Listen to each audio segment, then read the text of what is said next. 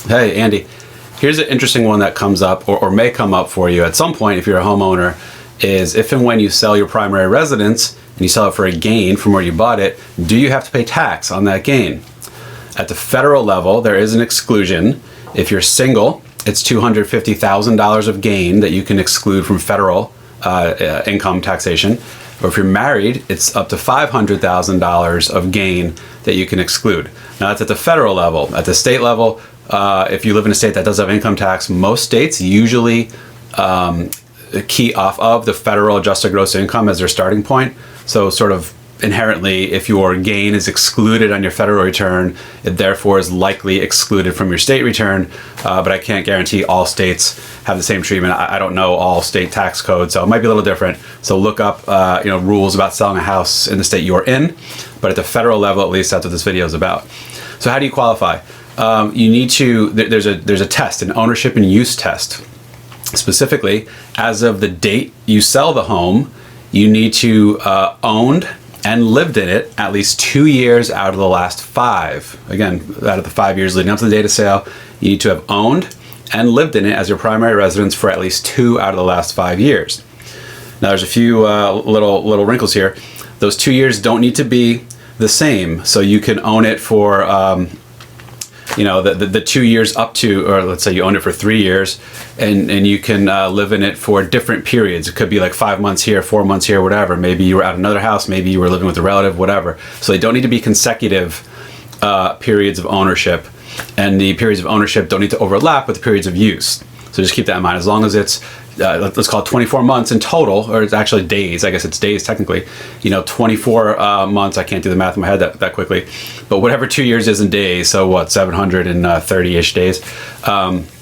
So long as you lived and owned in it for 730 whatever days out of the 5 years leading up to the date of sale, you could potentially exclude the up to 250,000 of gain if you're single, 500,000 if you're married. So a few other things to consider. What if you move because you have to, move for work, for example, like you lose your job, or your only option is, hey, you have to move if you want to keep your job to some different state. That forces you now to sell your house prematurely. You may not quite hit this 2-year ownership and use period. Well, there is the ability to get a partial exclusion. And check out IRS publication 523 for much more info that has lots and lots of additional detail about this. There'll be a link to the video. I'm just giving super high level that IRS publication is about selling your home. Again, IRS publication 523. 523. Just had it up on my screen here. So check that out for more. But the point is, there's possibly partial exclusions, like if you move because of work, if you move because of health reasons, you can no longer physically stay in your house because it's not, you have mobility issues now. Your house isn't conducive to being able to live and move around there. You have to move. That can get you a partial exclusion.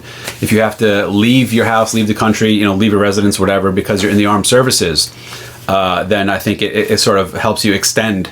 It doesn't necessarily prorate the exclusion, but at least extends the time, I think, or puts a pause on the time so you can still add together and get your 2 years of ownership and use. Another thing, if you are married and let's say your spouse passes, you have up to 2 years from the date of the spouse's death to sell it and still take advantage of the married, the $500,000 exclusion. If you're single, it's only $250,000, like I said. So if you are married, you plan on selling the house, you have 2 years to sell it after the date of your spouse's death. After that, you'll only get the $250,000 single exclusion. Now, separate can of worms, but the chances are there's going to be some sort of step up in basis, perhaps, depending on what state you live in, and etc. Leave that for another video, but maybe, whatever gain you had prior, unrealized gain you had prior to the one spouse passing may now go away, especially if you're in a community property state where there's likely a full step up in basis. The full value of the house gets increased, or your cost, I should say, gets increased to the price, the value of the house was on the date of that spouse's death. But that's getting off track here. It's a separate issue. Another thing for married couples. So now, in order to meet the ownership test, again, you have to have owned it and lived in it for 2 out of the last 5 years. If you're married, only one spouse actually needs to own it to meet this ownership test. Both spouses do not have to be on the title to qualify for the ownership test. But for the use test, having to live in it at least 2 out of the last 5 years, yes, both spouses had to have lived in the house for 2 out of the last 5 years. I don't think it needs to be simultaneous. Like if you spouses kind of come and go, who knows, separately, independent of one another. So long as both did live in that house for at least 24 months out of the last 5 years, that will satisfy that use test. What is a gain? This is another topic. This can go down a big rabbit hole here. But let's say you sell your house for $1 million, just to pick a round number, and you bought it for $400,000 decades ago. So you have a $600,000 gain. But there's things that can help reduce that. For example, most closing costs when you sell the house will help reduce that. So on $1 million house, if realtor commission is 5%, that's what? That's $50,000 if I did my math right. So right there, that's $50,000 less of gain you'll have. So if you sold for $1 million, bought it for 400, that's a $600,000 gain, but you can trim the realtor commission, trim 50 grand right off the top. So now your gain's only 550. Other closing costs are also deductible, like legal fees. You had to pay, $3,000 for a lawyer. Subtract that from your gain. Now you're at what, 547 of total gain. Other sort of nonsense nickel and dime fees, filing fees, recording fees, whatever. All those help reduce the amount of gain you had. Also, the original $400,000 purchase price I mentioned, that's your basis, that's your cost.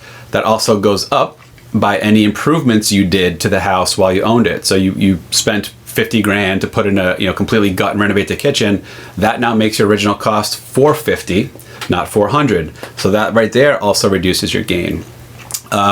You had the backyard completely ripped up, re-landscape, you had all hardscape put in, another 50 grand there.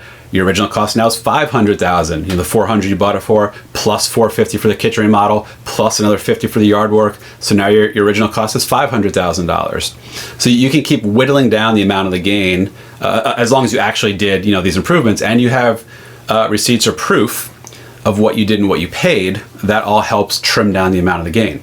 So let's go back to our example. I forget the math in my head now. Let's just assume after all these, factor in the realtor fees, factor in the improvements we made along the way, the total gain on this house now is $430,000. Well, if I'm married and, at least me or my spouse owned the house for 2 out of the last 5 years, and we both lived in it 2 out of the last 5 years, that gain is completely tax-free federally, because we can exclude up to $500,000 a gain. Again, 430 was the gain, I'm assuming, in this made-up example.